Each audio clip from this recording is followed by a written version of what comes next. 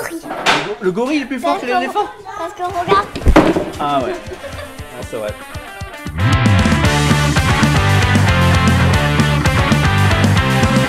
Le métier d'assistante maternelle, les Amat d'Oswald font leur podcast. Bonjour, Marie-Delphine. Bonjour. Sauf erreur, mon petit doigt m'avait dit avant de démarrer ce moment que vous avez été animatrice en centre de loisirs et que donc voilà aujourd'hui ce métier d'assistante maternelle. Est-ce que c'était une vocation de travailler auprès des enfants? Alors oui, c'est à la première base de travailler avec la vie sociale, oui.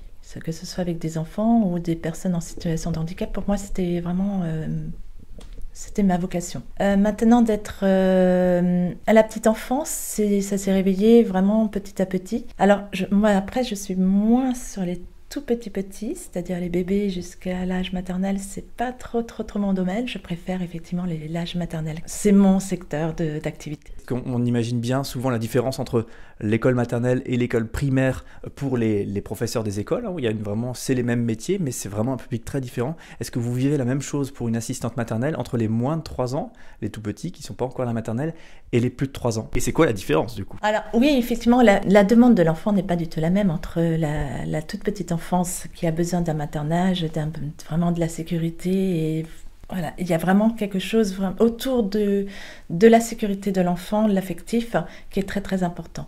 Après, dans l'âge de 3-6 ans, l'âge maternel, il y a aussi la découverte du monde. Et tout en restant dans le côté affectif, le côté sécuritaire, le côté, voilà, il y a quand même il y a à prendre cette part en compte. Le développement de l'enfance, moi j'adore. Est-ce que c'est possible de me décrire à quoi ça correspond l'accueil familial? C'est être assistante maternelle à domicile, mais en ayant des ateliers en collectif. Donc en fait, on travaille aussi la sociabilité de l'enfant dans un groupe d'enfants. Alors du coup, justement, c'est quoi la différence pour une assistante maternelle, votre métier, d'accueillir les enfants directement en lien avec les parents, ou effectivement de passer, entre guillemets, par l'accueil familial? Nous, en tant qu'assistante maternelle, on est vraiment employé de l'accueil familial, pas du parent directement. Donc toute la part administrative, on ne la fait pas. Alors l'accueil familial, il y a aussi cette notion d'atelier que vous développiez tout à l'heure. Donc on se retrouve avec d'autres assistantes maternelles et bien sûr les enfants pour des ateliers. Est-ce que vous pouvez nous immerger un petit peu dans ces ateliers-là? Qu'est-ce qui est vécu, qu'est-ce qui est fait pour les enfants notamment?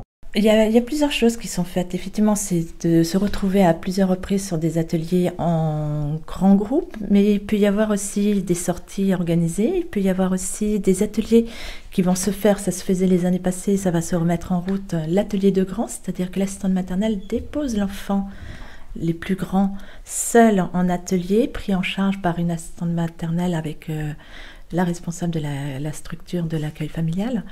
Et c'est une façon d'apprendre en fait aux enfants pour à l'avenir aller à l'école en toute sérénité. L'assistante maternelle, bien sûr, qui a une empreinte sur l'éducation de l'enfant, ça c'est, je pense, un fait avéré et quelque chose d'évident. L'enfant est marqué par la famille, bien sûr son assistante maternelle, mais aussi toute la famille qui est là pour l'accueillir. Vous le vivez comme ça? Vous avez une réelle empreinte sur l'éducation, en tout cas cette plante qui grandit, cet enfant qui grandit? Oh, complètement. Là, tout à l'heure, je vous ai dit, il y a une famille biologique, mais il y a une famille de cœur. Et effectivement, l'empreinte, elle est là. C'est un cadre. Ils vivent dans une maison, un appartement, enfin, ils vivent dans un lieu familial. Ce n'est pas une collectivité. Il y a la famille qui est présente également. Moi, mes enfants sont présents également dans l'accueil des enfants que j'accueille. Vous avez une sorte de bilan professionnel avec toute une série de visages qu'on pourrait mettre devant vous, tous ces enfants qui sont passés avec votre métier d'assistante maternelle. Est-ce que ça, c'est l'une des grandes fiertés de votre métier? Oui, ça en fait partie. Après, je veux dire, je ne suis pas non plus la seule à avoir contribué au développement de cet enfant, mais effectivement, quelque part, d'avoir laissé un petit peu une petite trace, oui. Donc, toute dernière question, si on devait parler d'objectifs professionnels en tant qu'assistante maternelle, donc toujours en lien avec cette fameuse empreinte qu'on laisse chez un enfant, on participe finalement à l'aider à grandir. Concrètement, si vous deviez là faire un atelier musical avec des enfants, on prendrait quoi? On prendrait des instruments? Comment est-ce que ça se passerait?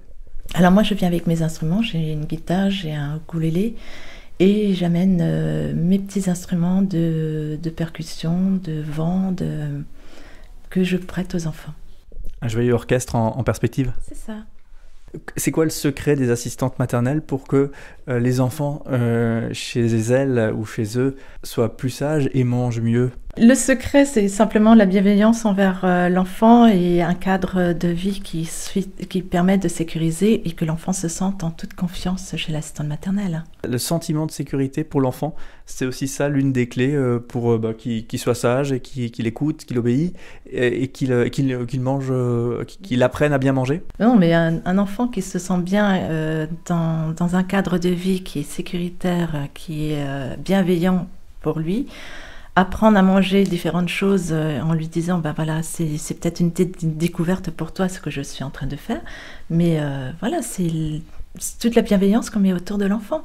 Et s'il se sent bien, après les choses peuvent en découler tout simplement. Peut-être un petit mot pour conclure, un petit mot soit d'encouragement ou de conseil. C'est-à-dire qu'en fait, il faut vraiment être bien soi-même pour être bien avec l'enfant. Et si effectivement, à un moment donné, il y a la fatigue, il y a du stress, il y a des angoisses, et que on n'arrive plus à répondre pour ses propres biens à soi, on ne peut pas être disponible. Marie-Delphine, merci beaucoup. Merci à vous.